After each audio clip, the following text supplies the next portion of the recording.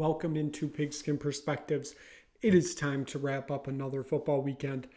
College football is sadly over. We have a national championship game to recap. The NFL regular season is over. That also quite sad. That means we don't have a lot of football left, which just is absolutely awful.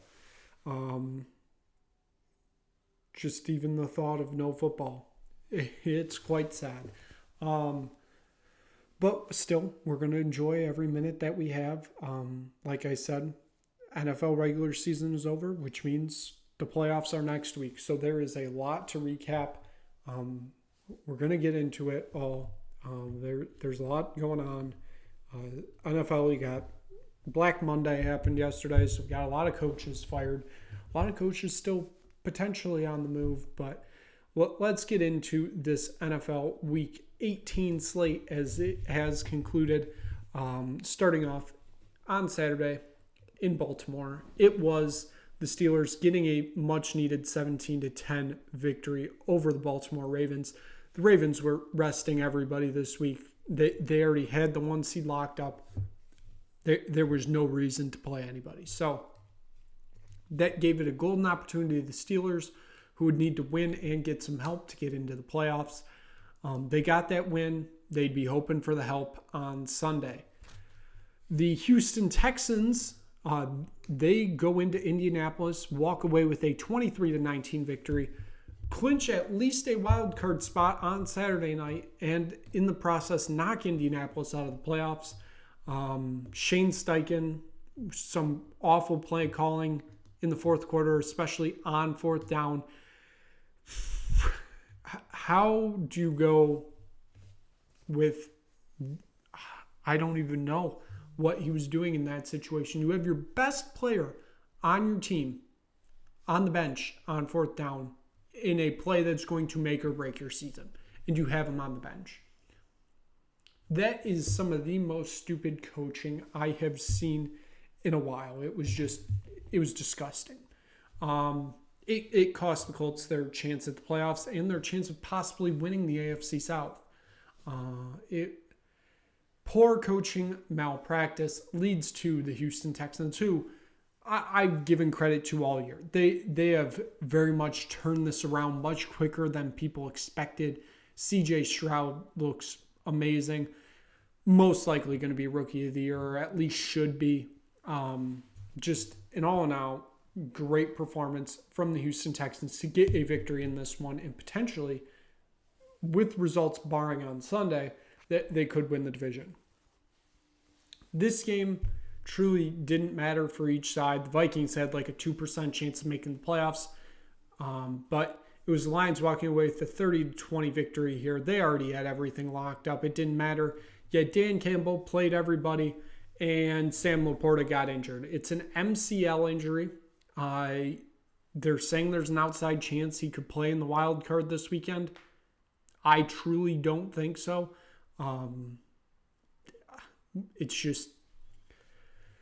It's kind of coaching malpractice. I'm not going to 100% go there, but when they had an outside shot of getting the 2 seed, but they would have had to have a lot of results fall their way, and it was very unlikely they were going to fall those ways. So personally, I would have just, sat a lot of the players and have a healthy squad for next week, but that's not the Lions' way of doing things, apparently. So they get the victory in this one. It's a somewhat meaningless victory, but the question is, how bad is the Laporta injury? Because he has been a major factor on offense for the Lions this season. Moving on to a game that had major implications for both the Steelers and the Texans, because if the Titans won this game, the Texans would win the AFC South and the Steelers would move one game closer to the playoffs. And that's exactly what happened. The Titans walk away with a 28-20 victory over the Jacksonville Jaguars. Jaguars just never looked like they were really in this game. They really fell down the stretch. I think they went 1-5 in their last 6. Just a not a great run to the end of the season for these Jaguars. Personally, I thought Doug Peterson, not a great coaching job. There was a lot of bad coaching this weekend, and it cost a lot of teams games. And you don't really see the accountability happening, but some of them are there and some of them aren't. I feel like the Jags are starting to fall into that with Doug Peterson. They've reached their ceiling already, and it's just going to be mediocre land, I guess, from here on out. I really don't know. It should be quite interesting to see how this plays out with them, especially going into next year. Both the coordinators are gone, but Peterson stays. I really don't know what to think of the Jaguars because it does kind of feel like they're just settling into mediocrity. The New York Jets went into Foxborough facing off against the Patriots, a team they haven't beaten 15 straight games. It was the longest active streak in the NFL. That streak is over. The Jets defeat the Patriots 17-3 in what could possibly have been Bill Belichick's final game as Patriots head coach. There's still obviously no information on that. My gut feeling is it was the end, but I truly don't think we'll know until something's announced. It just kind of feels like things have run its course. Just kind of feels that way. The Saints defeat the Falcons 48-17, but the bigger story here isn't, well, it is the final score, but it's what the final score ended up having to do with this game. So, end of the game, post-game handshakes. Arthur Smith starts to get in a yelling match with Dennis Allen after the handshake. Just mad that the Saints ran up the score. Dennis Allen was kind of there and just like, yeah, whatever. Then it comes out, Dennis Allen told the players to take a knee and just end the game, run out the clock. But then it was the players' decision to run the plays to run up the score. Jameis Winston, who was the quarterback for these plays, admitted to that they run up the score basically, get some touchdowns in there. And things just kind of seem to are getting awkward in New Orleans between Dennis Allen and the players. Things just don't feel to be going right now. I really don't know if this is we need to part ways offense for Dennis Allen, because, he's not an awful coach, but he's not great. The Saints were a game away from making the playoffs and winning the division this year. Does that say more about the division being awful? Probably, but, still. I think he's doing the best that he could do right now with this team, because this team, just the way the team's built and the cap, all the cap difficulties with it, he's doing the best that he can do with it. I don't know if he can get anywhere else with that. The Buccaneers were playing the Panthers. Buccaneers, all they had to do was win to win the division and host a playoff game. That's exactly what they did. Not convincingly, though. They get a 9-0 victory over the Carolina Panthers. The Panthers have not scored in 8 straight quarters of football, which is not great. The Buccaneers just kind of looked lifeless out there. I really don't know if there's another way to describe them. They just don't look good, yet they're in the playoffs because they won the division. So, it is what it is. The Green Bay Packers, they were in a win-in scenario against their biggest rival, the Chicago Bears, at Lambeau Field. And it was the Packers walking away with a 17-9 victory over the Bears. Jordan Love, another good game from him, leads the Packers to the playoffs for the first time in his starting career, as this is technically his first year as starter. And once again, this kind of like the Texans. This rebuild has expedited a lot. There's still a long way to go, I think, especially getting more targets wide receiver wise. Then on defense, you just got to bolster that defense. But this Packers team is starting to, progress up, even though, a lot of people didn't expect them to be this good this fast. These two teams were playing for nothing but draft position, and it was the Las Vegas Raiders walking away with a 27-14 victory over the Denver Broncos. I think both these teams are kind of just happy the season's over. Obviously, the Raiders have a big decision coming soon with that head coaching position. We'll get into that in a few. The New York Giants, I should say, hosted the Philadelphia Eagles, and the Eagles' downfall continues. It was the Giants walking away with a 27-10 victory. Ever since Matt Patricia became defensive coordinator for the Eagles, this Eagles team has looked awful. Is that causation without correlation? I don't know, but it's a pretty big indictment, I would say, because this team has just fallen off since, obviously you can't put all the blame on the defense because the offense isn't scoring points. So both ways, it's just not going well right now. For the New York Giants, though, it kind of ends the season on a high note. Kind of didn't help draft positioning, but kind of want to go into that offseason feeling good. And we'll see what they do in the draft. I think they need to go offensive tackle, but we are a long ways away from the draft, and we got a long time to figure that out. Dallas Cowboys, all they had to do was win, and they win the division and the 2 seed, and that's exactly what they did at FedEx Field. They dominate the Commanders 38-10. It was close in the beginning, but then it was just the Cowboys started running away with it. Are they heating up at the right time? No. The Cowboys always choke in the playoffs. It's going to be an interesting run for them in the playoffs. It's going to be something. I can say that. The Kansas City Chiefs resting everybody face off against a Los Angeles Chargers team. It was the Chiefs walking away with a 13-12 victory on a last-minute field goal that gives them that 13-12 victory. Just nothing really to take away. Like I said, Chiefs playing backups.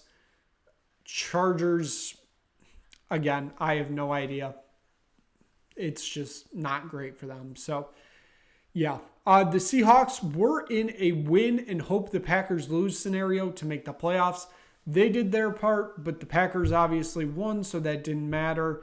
But the Seahawks get a 21-20 victory over the Arizona Cardinals. Again, not a lot to take away from this one. Kind of once you get to that end of the season, there's not much to take away from the games. This game was a battle to decide basically who was going to play in Detroit, as LA was sitting at the 6th seed coming into the game. They had to win to get that 6th seed. If they lost, they would have been the 7th seed. Well, led by Carson Wentz, both teams resting most of their starters. Led by Carson Wentz, the Los Angeles Rams come from behind, get a 21-20 victory over the San Francisco 49ers, and they looked not bad for resting most of their starters, but still, everything's more focused on next week now. And finally, in the game that decided the AFC East and who was going to get that 2 seed and who was potentially traveling to either back down to Miami next week or traveling to Kansas City, it was the Buffalo Bills and Miami Dolphins. It was the Bills who started 6-6, I think. They were at 500 in week 13, I think. And they've just gone on a just amazing run since then. It was the Bills walking away with the 21-14 victory. Dolphins, they failed to beat a good team again.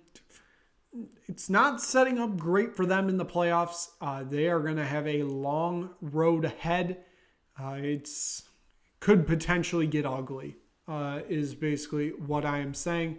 And by that, I mean, let's take a look at what the Miami Dolphins and what every other team in the playoffs is going to have to look at. So let's take a look at the AFC first. The Ravens, as we said a week ago, they are the 1 seed. So they will have a bye in this wild card weekend. I know the NFL is still trying to push the super in front of the wild card weekend, but there is truly nothing super about it anymore.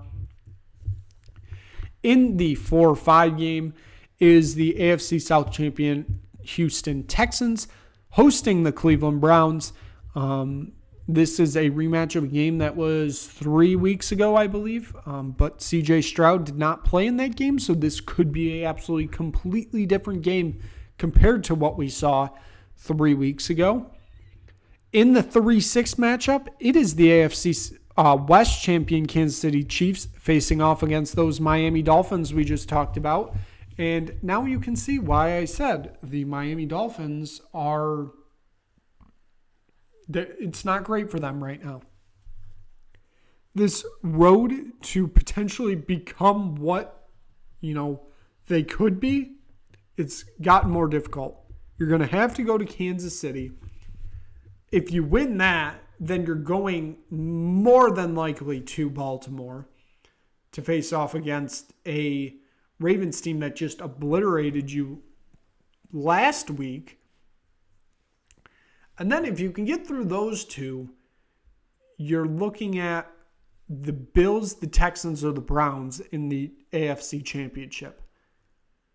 That is just a gauntlet run for the Dolphins. And, it's a gauntlet run for any of these teams. The only team that's truly not deserving of a playoff spot, it feels, is the Pittsburgh Steelers.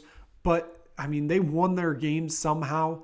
And they got in here. So I can't say they're not deserving. It just, with the way they've played this year, it doesn't seem like they should be here. Given these breakdowns, kickoffs for these games, the Texans-Browns will be the first game of the playoffs. It is the 4:30 kickoff on Saturday. The Chiefs-Dolphins, that is your Peacock exclusive game on Saturday night at 8 p.m., and the Bills-Steelers, that one will be on Sunday afternoon at 1 p.m. Now, if we look at the NFC, as we said last week also, the San Francisco 49ers clinched that 1 seed, so they will have a bye week for this wild card weekend. The Tampa Bay Buccaneers, the 4 seed, the NFC South champions, will host the Philadelphia Eagles, 2 teams that have looked just awful, to say the least. They haven't looked good. This could be an absolutely awful game of football. There's very good potential of that. And it is going to be very interesting to watch. In the 3-6 matchup, it is the NFC North champion Detroit Lions going up against the 6-seeded Los Angeles Rams. Jared Goff goes up against his former team in the playoffs, which means Matthew Stafford going back to Detroit, the place where he spent his first 12 years of his career, to face off against the Detroit Lions in the first playoff game in the city of Detroit since the 1957 NFL Championship game. Now, it's the first home Lions playoff game since 1993, but they were in Pontiac at the time.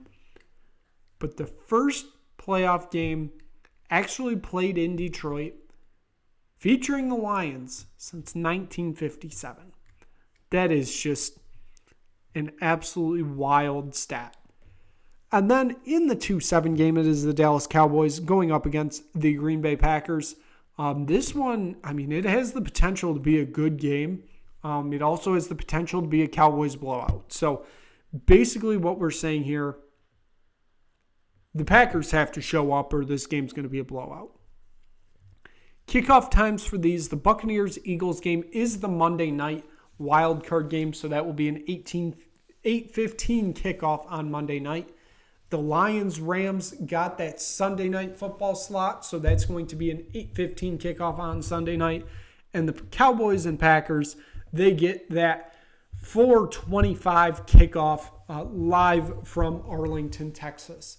So obviously, we have the playoffs, but with the NFL, of course, Black Monday was yesterday, and a few NFL jobs opened up. So obviously, the Raiders, the Chargers, and the Panthers were already there. They fired their coaches mid-season.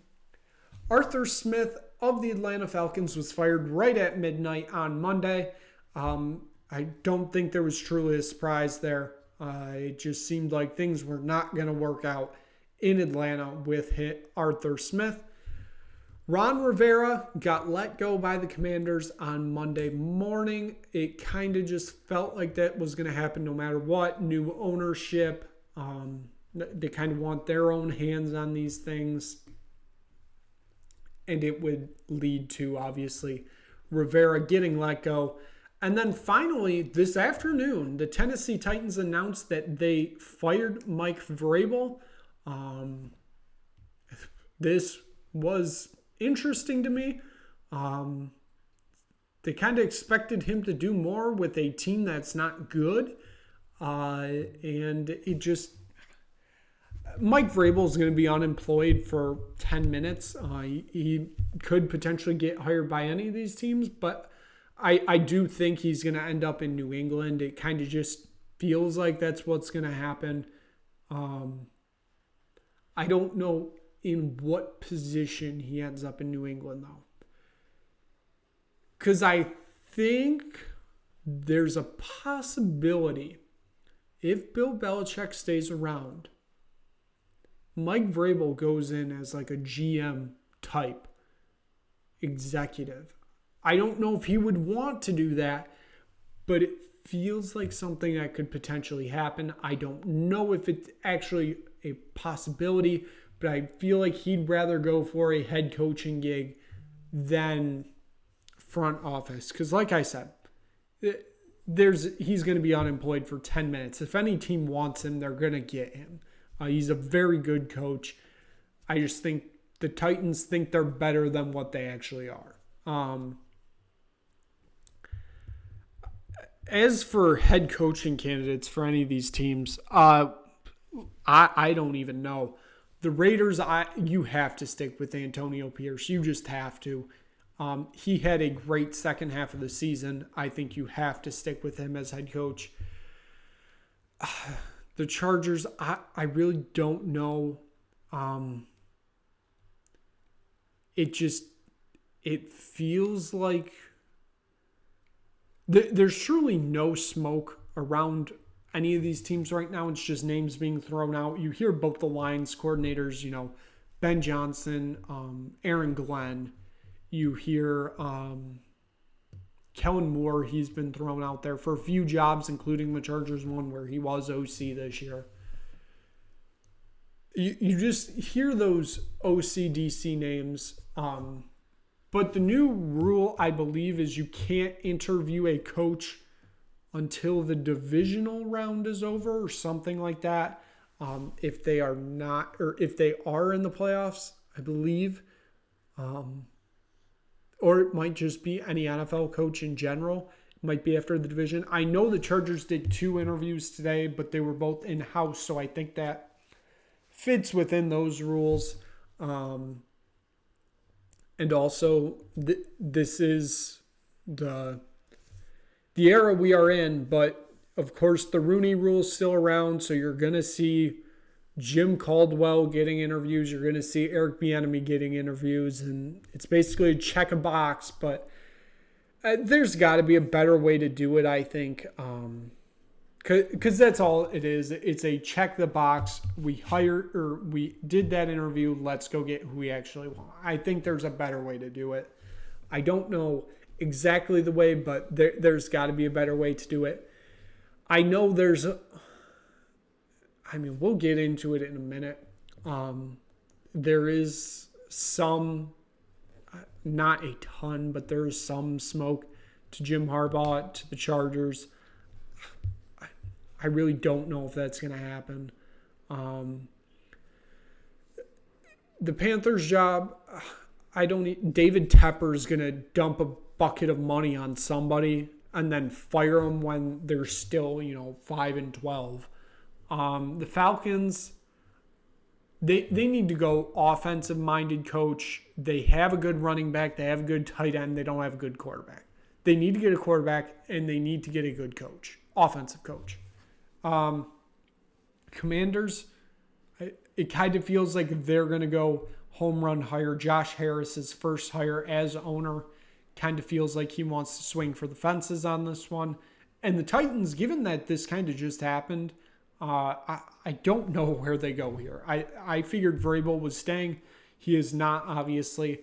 And I don't even know what to do there because it's such an odd job, the Titans.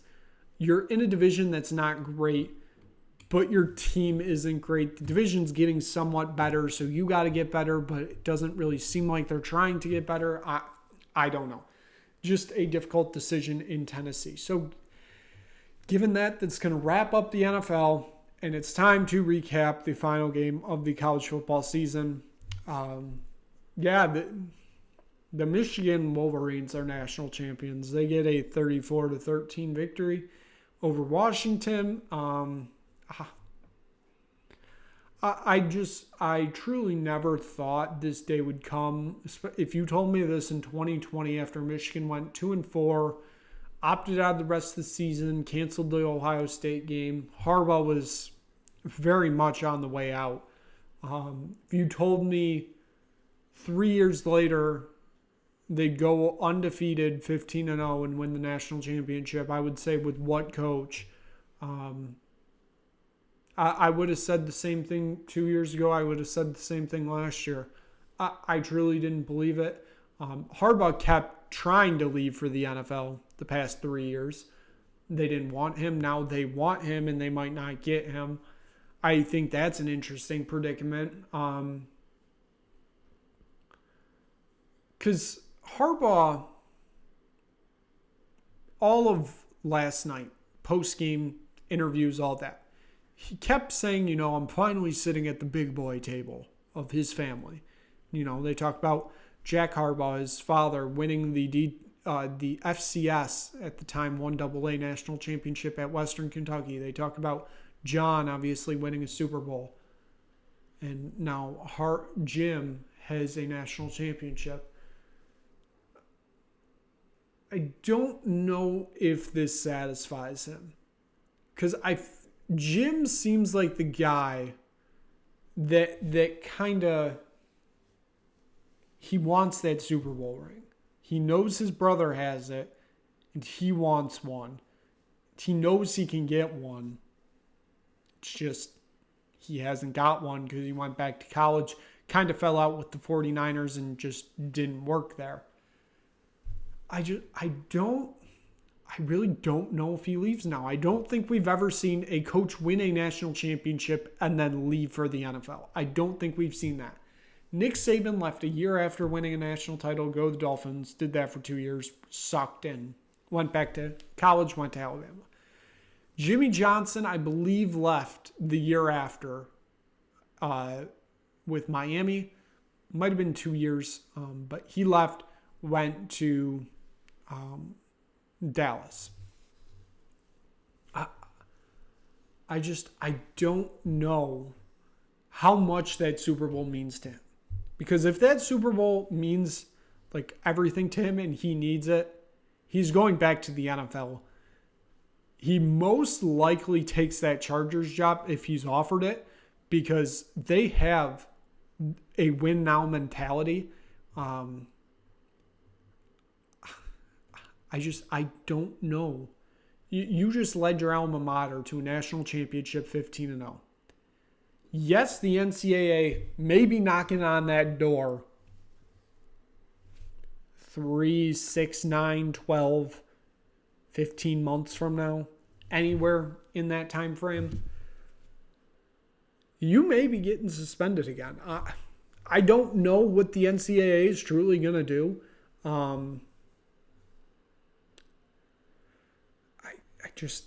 I really don't know what the future for Harbaugh is, because it's so hard to read, because there are some comments yesterday where, he's saying like, this proves we were right, we were never wrong, we're coming back next year, all that stuff. But then all in the lead up to this week, it was he doesn't want to talk about the future, he just wants to talk about the now, which is completely understandable. You don't want any distractions during National Championship week. I really just don't know what happens with Harbaugh here. But Michigan, we'll get back to them for a minute. Just a dominating performance of Washington. Penix could really never get it going. It seemed like that rib injury once again was bothering him. Kind of cost him the game. The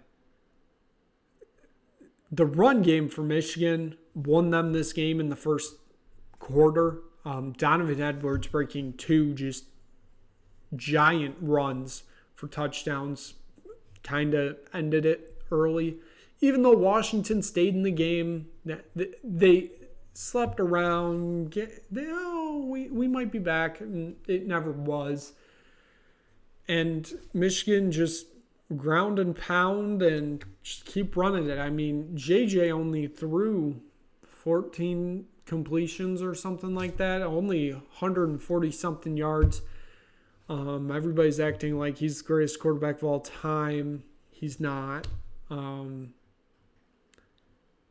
We've looked at the past 3 quarterback national champions. It was J.J. McCarthy, Stenson Bennett, Mac Jones.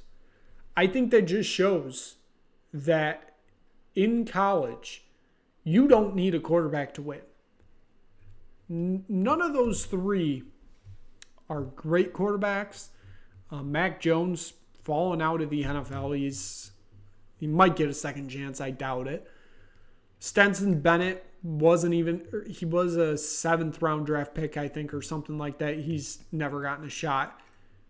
JJ, everybody's hyping him up. I truly don't think the people hyping him up realize that truly doesn't do much in a game. He hands the ball off a lot. He does some, dink and dunk passes. Rarely goes downfield. Sometimes he does, sometimes he doesn't. I don't think he's that great of a quarterback. I'm sure in the right system in the NFL it works, but in today's modern NFL, I feel like you have to have a cannon arm and just can throw deep, and I don't think JJ can do that. But Michigan win the national championship, their first undisputed national championship since the Harry Truman administration, 1948, I believe, right around there. So it's a long time coming for Michigan.